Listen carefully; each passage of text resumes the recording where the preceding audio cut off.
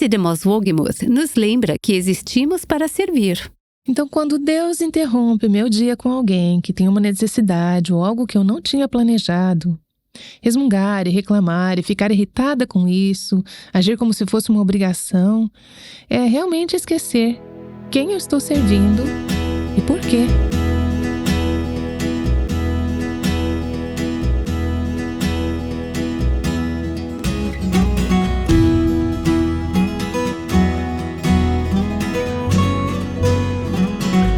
Este é o Aviva Nossos Corações, com Nancy DeMoss Wogemuth, na voz de Renata Santos.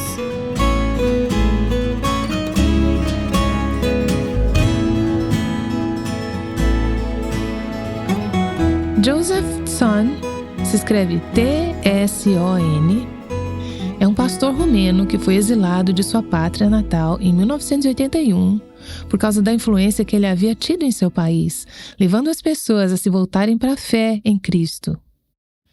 Antes de ser exilado, ele sofreu uma perseguição prolongada nas mãos de um dos regimes comunistas mais repressivos da história.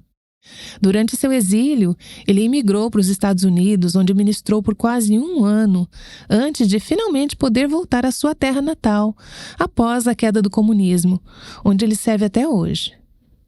Eu conheci Joseph e sua querida esposa Elizabeth pela primeira vez no início dos anos 80. Uma das primeiras impressões que tive desse homem foi pouco antes dele ser convidado a falar, quando lhe perguntaram como gostaria de ser apresentado. Estamos falando de um homem que conquistou um doutorado pela Universidade de Oxford. Ele é brilhante, articulado, filósofo, teólogo e tem credenciais acadêmicas e profissionais incríveis. E sofreu tanto por sua fé. Ele é um herói em muitos aspectos. Mas quando perguntaram como ele queria ser apresentado, ele disse: "Tudo que eu quero que você diga é que eu sou um escravo de Jesus Cristo. Um escravo de Jesus Cristo." Interessante que ele não disse que ele queria ser conhecido como um servo de Jesus Cristo. Ele disse: "Quero ser conhecido como um escravo de Jesus Cristo." E há uma diferença.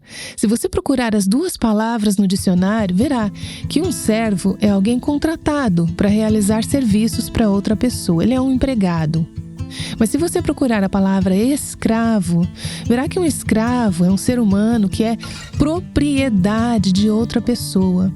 Ele está absolutamente sujeito à vontade da outra pessoa. Joseph Tson disse: "Quero ser conhecido como um escravo de Jesus Cristo." Servimos a Cristo, somos seus servos, mas há um conceito ainda mais rico em sermos os escravos de Jesus Cristo.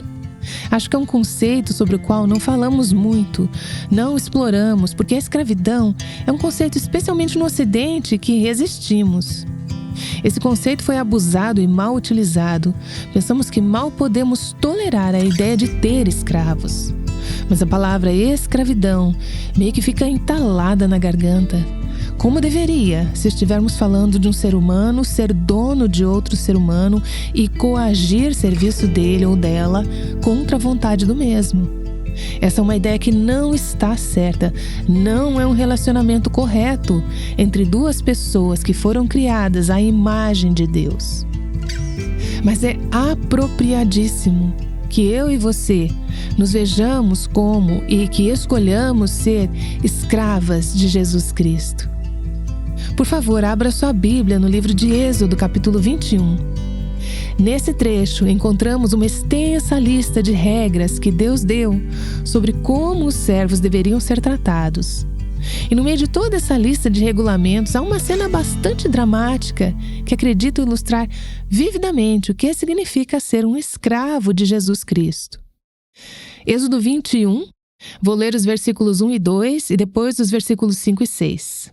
Diz assim: "São estas as leis que você proclamará ao povo. Se você comprar um escravo hebreu, ele o servirá por 6 anos, mas no 7º ano será liberto, sem precisar pagar nada. Se, porém, o escravo declarar: 'Eu amo meu senhor, a minha mulher e os meus filhos e não quero sair livre,' o seu senhor o levará perante os juízes. Terá que levá-lo à porta ou à lateral da porta e furar sua orelha. Assim, ele será seu escravo por toda a vida.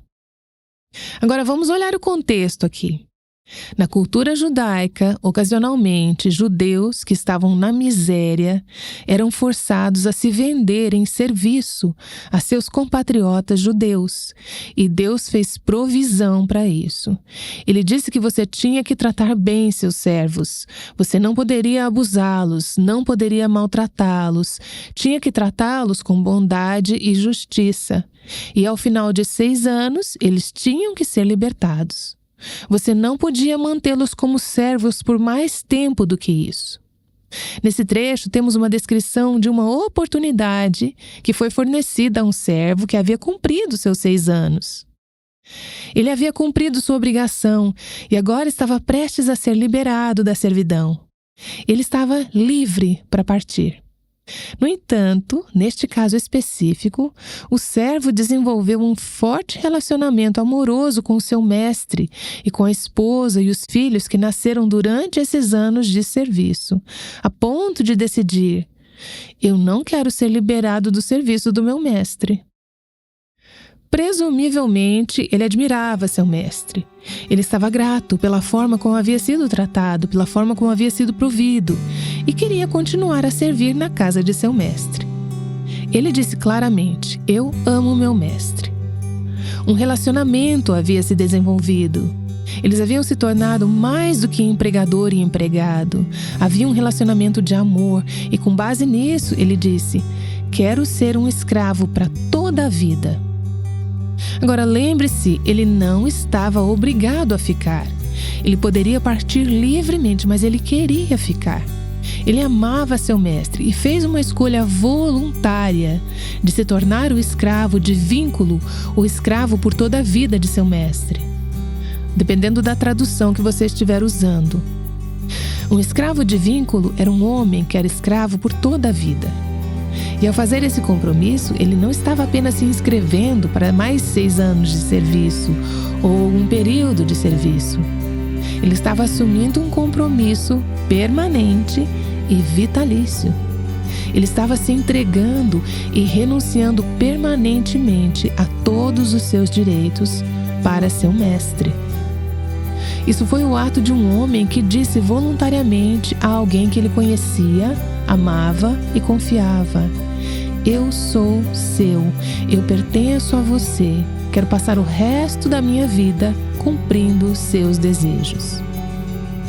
Agora, essa transação que marcava para sempre o homem como um escravo de vínculo, ou escravo por toda a vida, ocorria em uma cerimônia pública. E na cerimônia, o ato de se tornar um escravo de vínculo, de ser um escravo por toda a vida, era registrado de uma maneira visível e dolorosa. Isso envolvia sofrimento. Um instrumento afiado era usado, um furador, para furar a orelha do servo. E esse ato significava uma marca de propriedade para sempre. Eu não pertenço a mim mesmo. A decisão era irreversível. E uma vez que aquele furo estivesse na orelha, você seria para sempre marcado como um escravo de vínculo. Agora, curiosamente, em nenhum lugar das Escrituras ou de quaisquer outros registros históricos encontramos um único caso em que um servo realmente fez essa escolha mencionada em Êxodo capítulo 21. Então você se pergunta, por que Deus sugeriria sequer um cenário assim? Bem, como tantos outros exemplos do Antigo Testamento, acredito que esse também tinha a intenção de nos apontar para Cristo e retratar nosso relacionamento como escravos de Jesus Cristo. O Novo Testamento nos diz que, quando o Senhor Jesus veio a esta terra, em Filipenses 2:7, diz assim: ele tomou sobre si a forma de servo, um escravo. A palavra ali no grego é doulos. É a palavra para a forma mais baixa de escravo. É aquele escravo de vínculo, aquele que é totalmente obediente ao seu mestre por toda a vida, uma entrega permanente. Jesus veio a esta terra em obediência a seu Pai, cumprindo a vontade de seu Pai, porque ele amava seu Pai e porque ele amava sua noiva e a família que veio para salvar. Portanto, ele se humilhou e voluntariamente se tornou um escravo de vínculo, para que pudesse nos libertar, pois estávamos em cativeiro pelo pecado. Temos um outro exemplo disso profetizado no Antigo Testamento, no Salmo 40, que é um dos salmos messiânicos que falam profeticamente de Cristo e diz: sacrifício e oferta não quiseste, os meus ouvidos abriste ou perfuraste. Deleito-me em fazer a tua vontade, ó Deus meu. O que isso está dizendo? Até onde sabemos, ninguém havia optado por ter a sua orelha perfurada na cerimônia que lemos em Êxodo capítulo 21, até que Jesus veio à terra. E esse trecho foi cumprido em Cristo. O Senhor perfurou minha orelha. Desejo fazer a tua vontade, ó meu Deus. Ele veio como um escravo, ele veio como servo de seu Pai Celestial.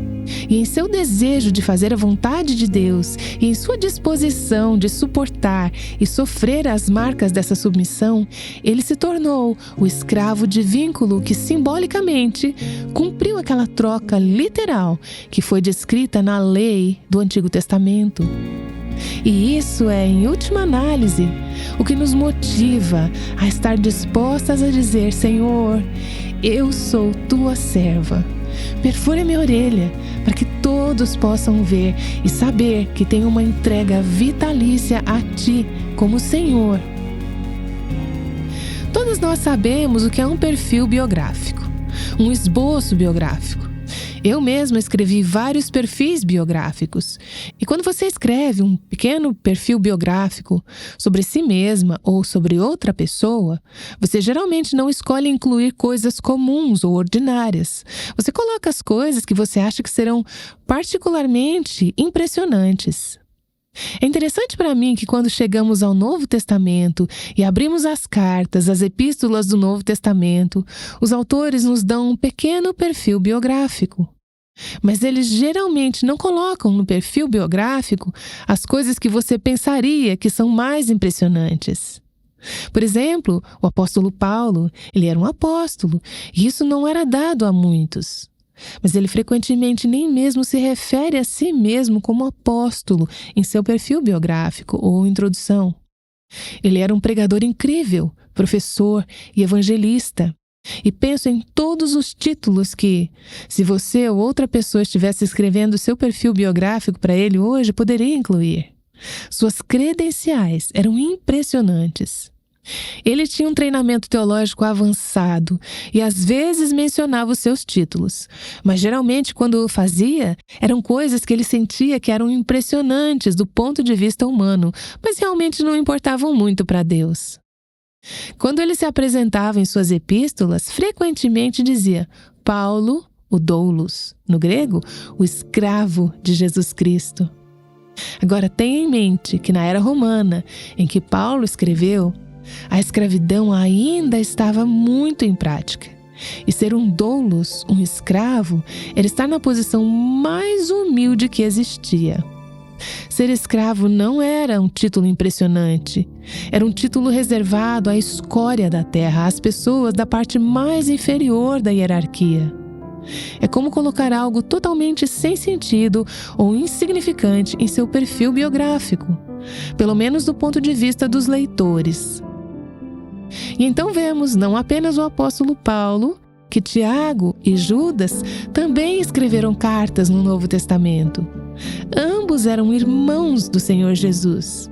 Agora, eu pensaria que isso sim valeria a pena colocar em um perfil biográfico. Não acha que isso daria a eles mais credibilidade quando essas cartas fossem escritas?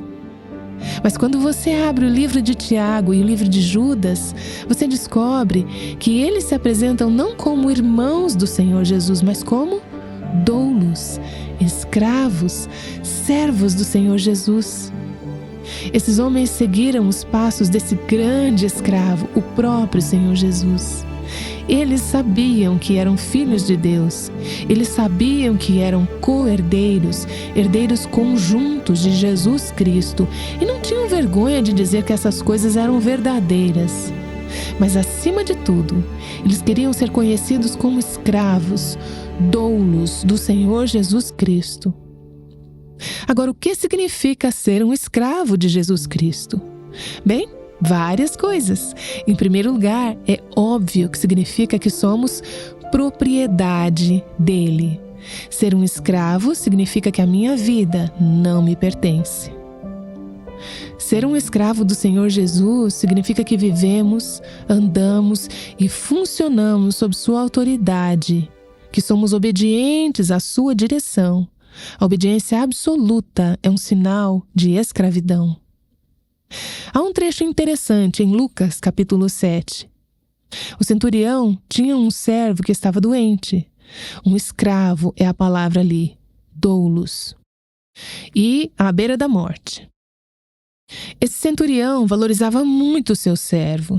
Então, quando ouviu falar de Jesus, enviou alguns anciãos judeus para ir a ele e pedir que viesse e curasse o seu servo. Quando os representantes dos judeus foram até Jesus, eles imploraram e eles disseram: "Esse homem é digno de que você faça isso. Ele ama a nossa nação. Ele nos construiu uma sinagoga." E Jesus foi com eles. Quando ele se aproximou da casa, o centurião enviou alguns amigos. Lucas, capítulo 7, versículos 6 e 7 conta essa história. Você lê ali uma mensagem do centurião dizendo: "Senhor, não te incomodes, porque eu não sou digno de que entres debaixo do meu teto. E por isso nem ainda me julguei digno de ir ter contigo. Dize, porém, uma palavra, e o meu criado sarará." Depois vem o versículo 8. Este homem, este centurião, reconhece o que é ser um servo sob autoridade. Ele diz por meio desses mensageiros a Jesus: "Porque também eu sou homem sujeito à autoridade e tenho soldados sob meu poder." Ele está dizendo: eu sei sobre autoridade, eu sei sobre servidão, eu sei sobre ser um doulos. Quando tenho soldados que trabalham para mim, espero deles obediência absoluta e inquestionável. Ele disse: "E digo a este, vai, e ele vai. E a outro, vem, e ele vem. E ao meu servo, faze isto, e ele o faz." Obediência absoluta e inquestionável é o que este centurião esperava de seus soldados e daqueles sob sua autoridade, os seus servos. E ele está dizendo neste contexto: "Porque estou sob a tua autoridade e tu tens tamanha autoridade. Eu sei que podes simplesmente dizer a palavra e isso acontecerá." Bem, neste cenário temos uma descrição maravilhosa do que significa ser um servo do Senhor Jesus Cristo. Ser um escravo de Jesus Cristo é estar sob sua autoridade. Ser um escravo significa que olhamos para Ele em busca de direção. Senhor, o que queres que eu faça com a minha vida? Como queres que eu use o meu tempo? Veja, o escravo de vínculo, doulos, existe para cumprir a vontade e os desejos de seu mestre.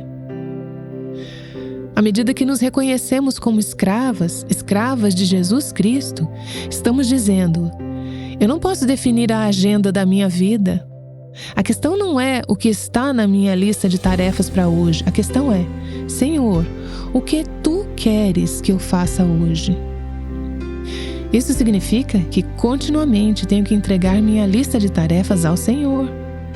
Olha que quase sempre a minha lista de tarefas diárias é mais longa do que aquilo que pode ser realizado em um dia. E frequentemente o Senhor arranja interrupções em meu dia que eu não havia planejado. É fácil ficar ressentido com essas interrupções, até eu parar e perceber: espera aí, não sou eu quem está definindo a agenda aqui. Eu quero saber qual é a agenda dele para o meu dia, para a minha vida. As mães têm todo tipo de interrupções no decorrer do dia. É difícil planejar o dia porque sua programação está sempre sendo desfeita e desafiada. Se você se lembrar de que é uma serva do Senhor Jesus Cristo, que você existe para cumprir a agenda dele, os desejos dele, o seu propósito, então você pode responder a essas interrupções, porque a pergunta não é: estou fazendo o que eu quero fazer?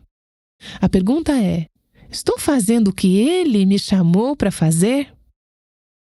Então, quando Deus interrompe o meu dia com alguém que tem uma necessidade ou algo que eu não tinha planejado, resmungar e reclamar e ficar irritada com isso, agir como se fosse uma imposição, é realmente esquecer de quem estou servindo e por quê. Quando sou chamada a servir, estou realmente tendo a chance de cumprir o propósito exato para o qual eu fui criada. Então eu devo dizer obrigada, Senhor, por esse privilégio de ser a tua serva e servir o teu povo.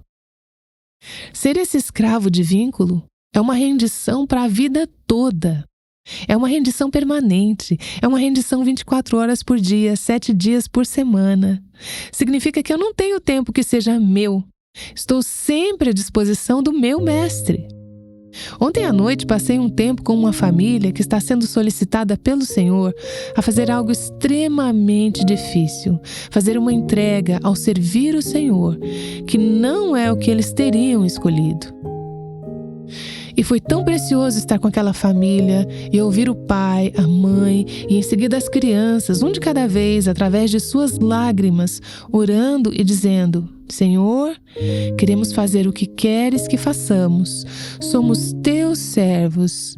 E se é isso que queres que façamos, nos rendemos a isso. E um doce momento aconteceu depois do tempo de oração, quando nos levantamos e o pai disse: vamos cantar.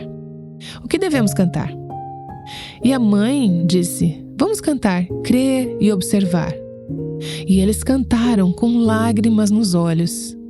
Crer e observar tudo quanto ordenar. O fiel obedece ao que Cristo mandar. Independentemente de Deus chamá-la para servi-lo de maneiras que pareçam triviais, como algumas daquelas tarefas domésticas que você faz dia após dia que parecem tão sem importância, ou se ele pede que você faça algo que para você parece muito importante. Se as tarefas dele incluírem tarefas que estão escondidas ou altamente visíveis, se ele pedir que você faça coisas que pareçam abaixo de suas habilidades ou que você faça coisas a anos-luz além do que você é capaz de fazer e do que você pensa que pode fazer, sejam tarefas comuns ou emocionantes, o que quer que ele peça, onde quer que ele nos envie, precisamos nos lembrar que somos suas servas. Existimos para fazer a vontade dele. Senhor, faça de nós escravas, mulheres com um furo na orelha, reconhecendo que somos escravas, escravas alegres do Senhor Jesus Cristo.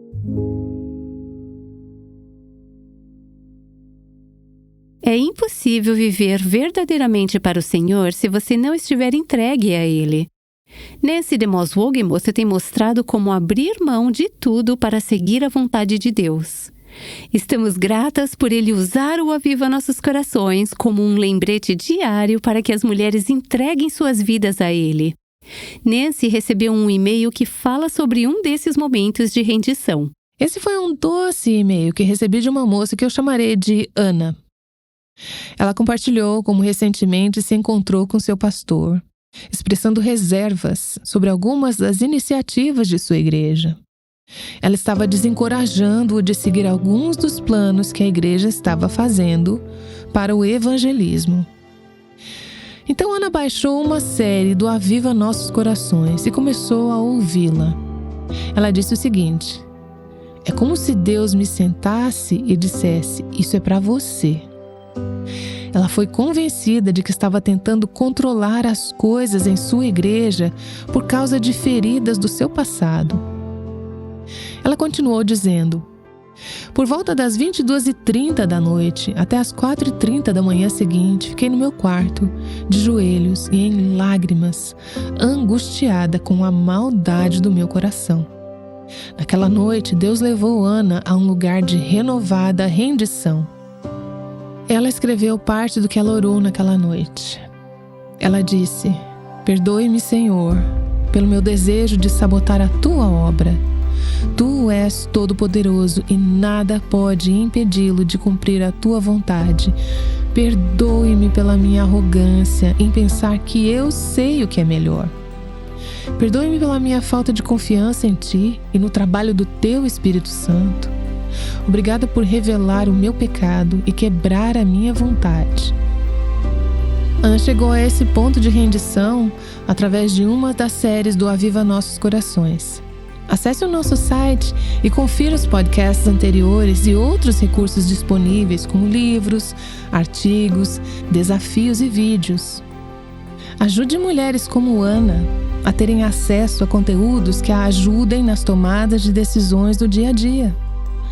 Sua contribuição abençoará este ministério e muitas outras Anas por aí que precisam chegar a um ponto de renovada rendição a Cristo.